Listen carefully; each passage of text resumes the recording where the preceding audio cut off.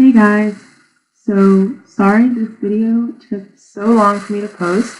I know that January finished a while ago, but I still just wanted to go ahead and recap the whole month of Bob Ross just to talk about some of the things I learned and some of the takeaways that I got from it. I think the biggest takeaway that I got from the whole thing would be understanding what limitations will be set on you depending on what tools you're actually using.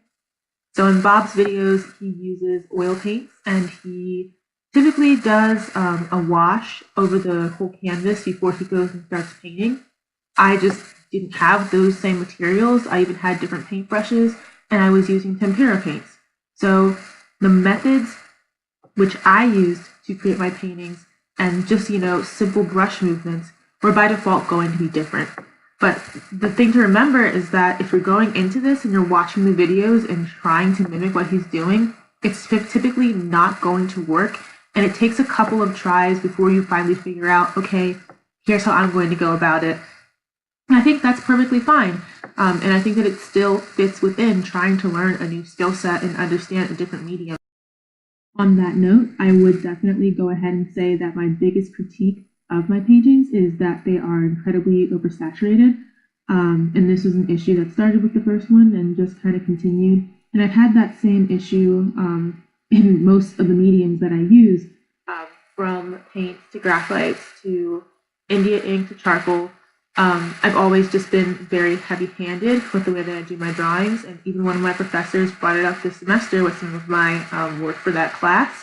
So I think going forward, that's just something to remember, and even with some of the other drawings that I've been doing personally, I have tried to keep that in mind in terms of just looking to improve my art overall.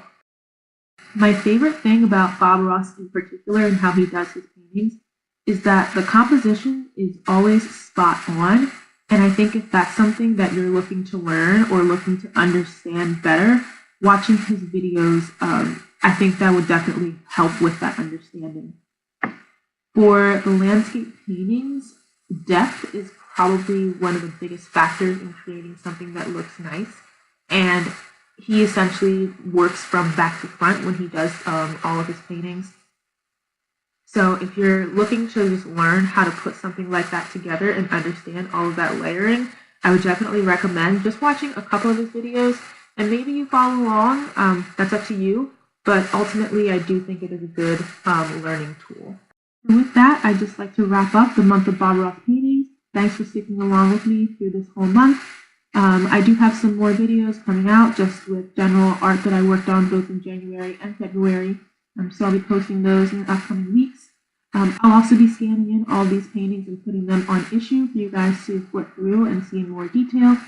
But other than that, thanks for watching and see you in the next one.